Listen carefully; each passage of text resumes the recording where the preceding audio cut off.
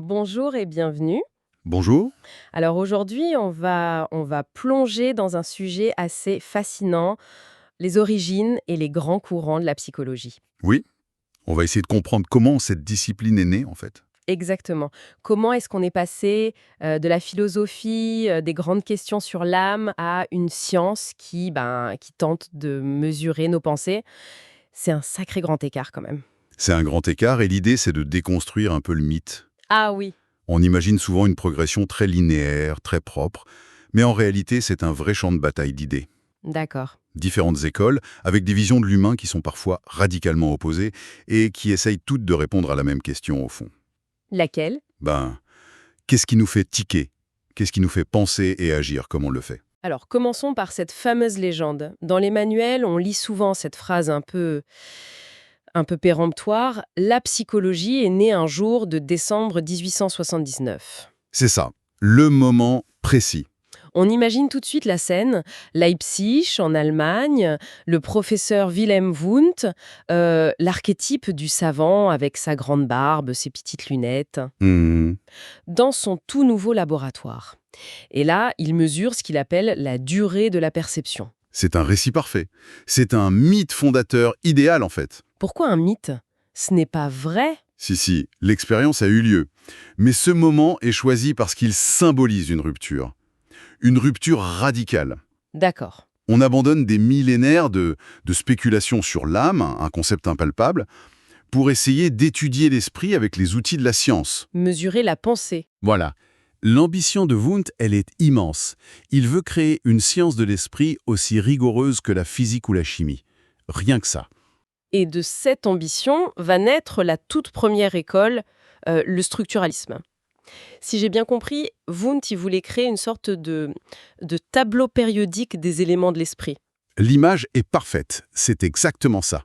La chimie de la conscience. C'est fascinant comme idée. Il pensait que si on pouvait identifier les atomes de base de la pensée, les sensations, les images, les sentiments, on pourrait comprendre comment ils se combinent pour former des pensées complexes. Et comment il faisait ça, concrètement? Sa méthode, c'était l'introspection. On entraînait des sujets à décrire de la manière la plus objective possible ce qui se passait dans leur tête. Par exemple? On leur faisait écouter, disons, le son d'un métronome. Et ils ne devaient pas dire «j'entends un tic-tac». Non. Ah non. Ils devaient décrire la sensation brute, la qualité du son, son intensité et le sentiment agréable ou désagréable qui émergeait. C'était un vrai travail de dissection de l'expérience vécue. Mais ça a dû se heurter à un problème, non? Oui, et un problème de taille. Le simple fait d'observer sa propre pensée la modifie. Ah, le paradoxe de l'observateur. Exactement. Au moment où vous essayez de saisir une pensée pour l'analyser, elle vous a déjà filé entre les doigts. C'est un peu le serpent qui se mord la queue. Et ça a ouvert la porte à des critiques, j'imagine. Un boulevard même. Ce qui amène logiquement à une autre question. Si on n'arrive pas à savoir de quoi la conscience est faite, on peut se demander à quoi elle sert. Et voilà la naissance du fonctionnalisme. Une approche très américaine, très pragmatique, directement inspirée par Darwin et sa théorie de l'évolution. Avec William James comme figure de proue. Un géant. Pour lui, la conscience, ce n'est pas une structure fixe, pas une collection d'atomes. C'est un courant, un stream of consciousness, quelque chose de fluide, de continu. Et qui nous aide à nous adapter à notre environnement. C'est ça. On passe de l'analyse en labo à des questions beaucoup plus pratiques. À quoi sert la mémoire? Comment l'intelligence nous aide à résoudre des problèmes? Et ça a eu des applications concrètes, du coup? Tout à fait. La psychologie de l'éducation, la psychologie industrielle, et surtout le développement des premiers tests psychologiques pour mesurer les aptitudes. On ne cherche plus l'esprit universel, on mesure les différences entre les gens. D'accord. Et pendant que les Américains s'affrontent sur la structure ou la fonction, en Europe, il y a une autre école qui émerge. La psychologie de la Gestalt en Allemagne. Avec leur mantra lydique, le tout est plus que la somme de ses parties. J'adore leur exemple avec les lumières de cinéma. Ah oui, l'exemple de Max Wertheimer. C'est un classique. Vous avez des lumières sur une enseigne qui s'allument et s'éteignent les unes après les autres. Mhm. Et pourtant, vous ne percevez pas une série de lumières statiques, vous percevez un mouvement. Une lumière unique qui se déplace. Alors que ce mouvement n'existe pas dans la réalité. Il n'existe que dans notre tête. Exactement. Votre cerveau n'a pas enregistré passivement les stimuli, il les a activement organisés pour créer une forme, une gestalt qui a du sens. C'est fou quand on y pense. Ça veut dire que ce qu'on perçoit, ce n'est pas la réalité brute. Non, c'est une version que notre cerveau a déjà interprétée, construite pour nous. C'est une idée assez vertigineuse pour l'époque. Et ça va avoir des implications énormes en thérapie plus tard. On sent que ça pose des bases, mais il manque quand même des pièces au puzzle. On ne parle pas encore de rêve, de désir caché, d'inconscient. Et là arrive Sigmund Freud. Et c'est une véritable déflagration. Il a dynamité le paysage. Complètement. Il arrive avec une idée radicale, l'essentiel de ce qui nous motive nous est inconnu. Il propose ce concept d'inconscient, un immense réservoir de pulsions, de souvenirs refoulés qui gouvernent nos vies à notre insu. C'est la fameuse métaphore de l'iceberg. Voilà. La petite pointe visible, c'est notre conscience, et l'énorme masse immergée, cachée sous l'eau, c'est l'inconscient. Et il structure la personnalité en 3 instances qui sont en conflit permanent. Le ça, le moi et le surmoi.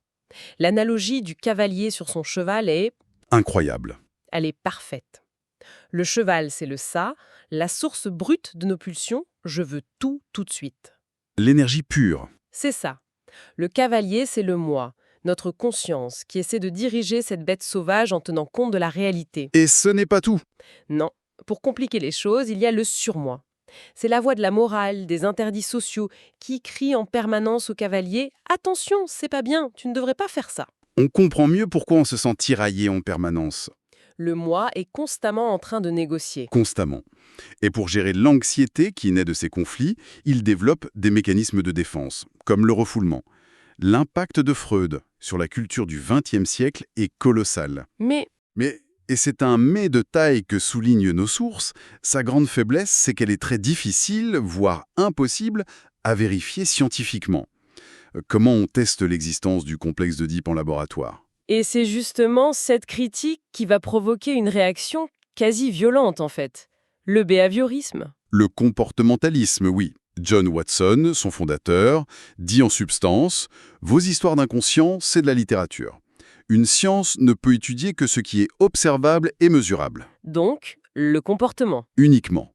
L'esprit, c'est une boîte noire, on ne peut pas voir dedans, donc on s'en occupe pas. C'est un retour à une rigueur extrême. Voilà.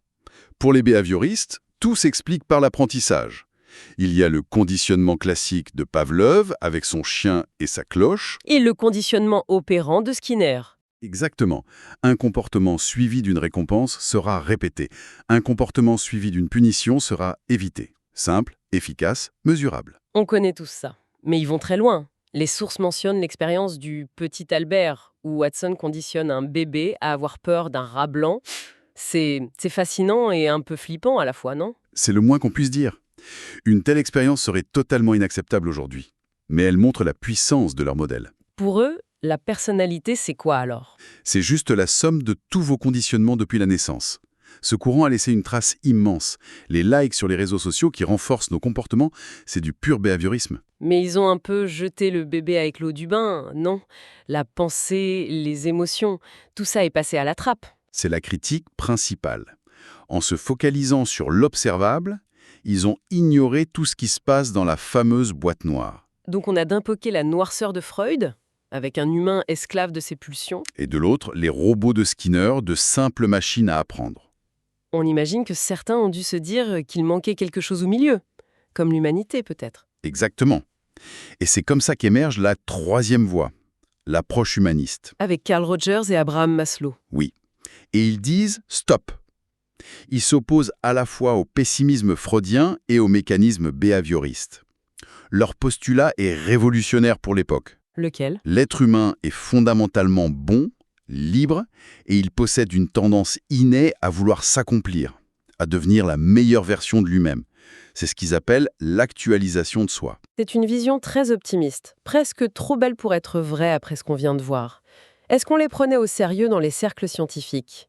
C'est la bonne question. Ils étaient souvent vus comme plus philosophes que scientifiques. Leur concept le plus célèbre, la pyramide des besoins de Maslow. Ah oui, tout le monde connaît la pyramide de Maslow. C'est une vision inspirante du potentiel humain. Mais ce n'est pas une théorie scientifique stricte. L'idée est qu'on doit satisfaire nos besoins de base, manger, être en sécurité, avant de pouvoir s'occuper des besoins supérieurs comme l'appartenance ou l'estime de soi. Pour enfin atteindre le sommet, la réalisation de soi. C'est ça. L'héritage des humanistes est immense en thérapie, en développement personnel. Mais la critique reste la même. Leurs concepts sont difficiles à mesurer objectivement. Bon, alors, on a une boîte noire que certains trouvent trop sombre, que d'autres ignorent et que d'autres imaginent pleine de bonté. Il fallait bien que quelqu'un se décide à l'ouvrir, cette boîte noire. Et c'est la révolution cognitive. Dans les années 50, 60, grâce notamment au développement de l'informatique, les psychologues se disent qu'ils ont enfin un modèle pour penser l'esprit. Le cerveau, ordinateur. Exactement. L'esprit n'est pas une boîte noire, c'est un système de traitement de l'information. Il y a des entrées, la perception, Mhm. un processeur central, la cognition, mémoire, raisonnement, langage, et des sorties, le comportement. Et là, on peut de nouveau faire de la science rigoureuse, mais sur des processus mentaux. Tout à fait. On invente des méthodes ingénieuses pour inférer ce qui se passe dans la tête des gens. Par exemple, la chronométrie mentale. C'est-à-dire? On mesure les temps de réaction au millième de seconde près. L'idée est simple. Plus une opération mentale est complexe, plus elle prend de temps. Ça nous permet de décomposer un processus comme la lecture en étapes élémentaires. C'est l'approche qui domine encore largement la psychologie expérimentale. Il nous reste une dernière approche, celle qui va encore plus loin, qui ne se contente pas de l'ordinateur, du logiciel, mais qui veut regarder le hardware, le câblage. L'approche psychobiologique, c'est la dernière couche de l'oignon. D'accord. Ici, on cherche les racines de nos comportements, de nos émotions, dans la biologie elle-même. Le fonctionnement des neurones, le rôle des neurotransmetteurs comme la sérotonine, l'influence des hormones, et bien sûr, La génétique. C'est là qu'on retrouve le fameux débat de l'inné contre l'acquis. en plein cœur. Les études sur les jumeaux sont un outil classique, en comparant de vrais jumeaux qui partagent 100% de leurs gènes avec de faux jumeaux. On peut commencer à démêler la part de l'hérédité. Voilà, dans des traits comme la timidité, l'agressivité, ou même les prédispositions à certaines maladies mentales. Cette approche relie directement nos états d'âme à des processus physiques mesurables. On est donc parti d'une expérience sur les temps de réaction en 1879 pour arriver à un champ de bataille d'idées incroyablement riche, où un psychanalyste, un behavioriste et un neuroscientifique parlent à peine la même langue au final. Et ces grandes tensions traversent encore la discipline aujourd'hui, la lutte entre le comportement observable et les processus internes. Le débat sans fin entre l'inné et l'acquis. C'est ça. Et cette opposition fondamentale entre une vision de l'humain comme un être rationnel qui traite de l'information et une vision où il est mu par des forces irrationnelles inconscientes. Chaque approche a un bout de la vérité. C'est une vision beaucoup plus complexe et passionnante que le simple récit de la naissance dans un laboratoire. Absolument.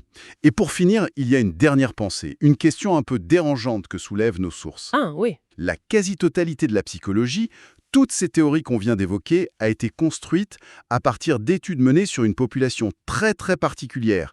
Les chercheurs l'appellent l'échantillon WEIRD. Weird. Bizarre en anglais. Oui, et c'est un acronyme. Pour Western, Educated, Industrialized, Rich and Democratic. Des Occidentaux éduqués, vivant dans des pays industrialisés, riches et démocratiques. Et j'imagine que cette population est loin de représenter la majorité de l'humanité. Elle représente à peine 12% de la population mondiale. 12%. Ce qui soulève une question vertigineuse.